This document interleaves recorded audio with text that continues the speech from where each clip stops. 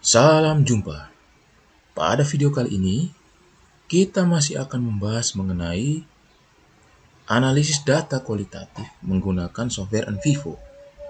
Dan pada video kali ini lebih khusus kita bicara mengenai validitas, ya, validitas dalam penelitian kualitatif, ya. Nah, validitas di dalam penelitian kualitatif itu disebut dengan credibility atau kredibilitas.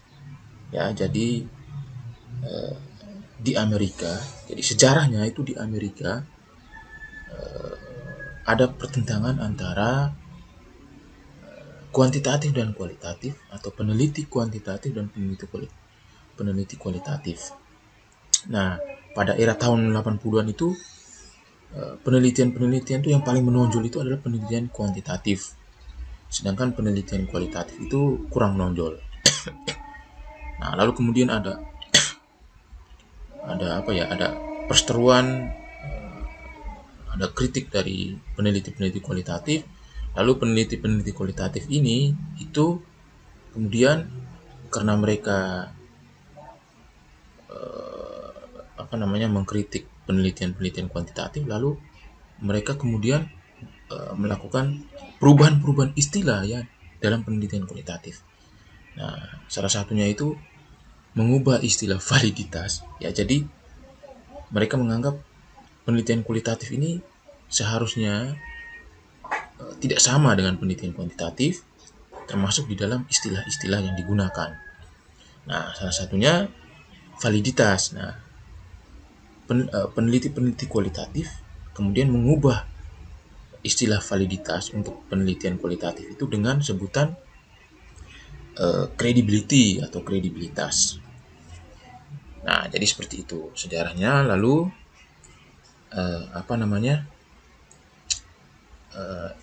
kredibilitas itu sendiri, ya, sama seperti di kuantitatif. Kuantitatif itu kan validitas itu ada berbagai macam, ya, teknik validitas, ya. Ada validitas konkuren, ada validitas internal, validitas eksternal, validitas isi, validitas konstruk. Nah, itu banyak, ya. Nah, di dalam penelitian kualitatif itu validitasnya atau kredibilitasnya juga ada berbagai teknik. Nah, salah satu tekniknya itu adalah yang paling terkenal, yang sering digunakan itu adalah triangulasi. Nah, pada video kali ini kita akan mempraktikkan teknik triangulasi itu, ya. Lebih khusus triangulasi sumber menggunakan software Envivo.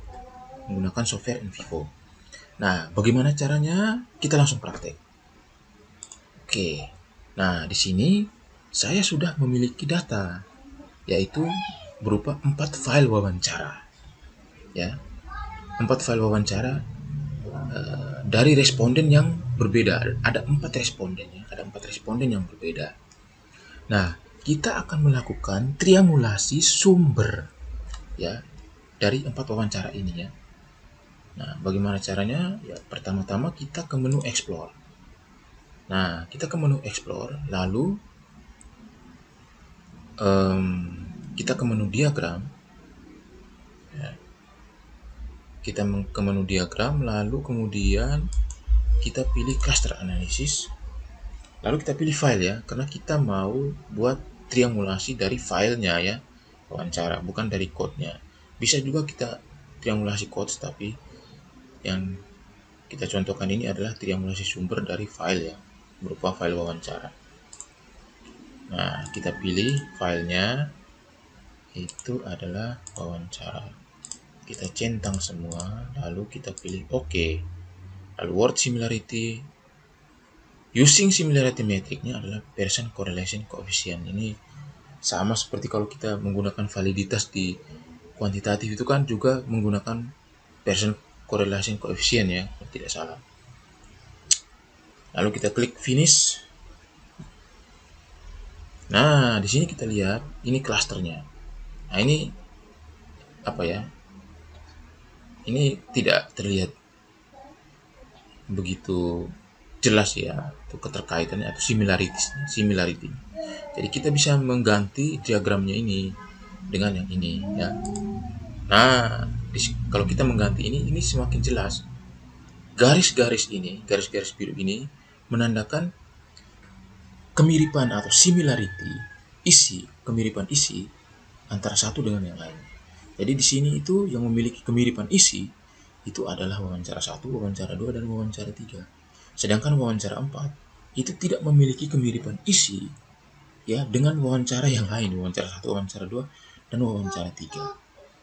Sehingga dari hasil triangulasi ini dapat kita katakan wawancara 4 ini itu tidak memiliki kemiripan isi dengan wawancara-wawancara yang lain.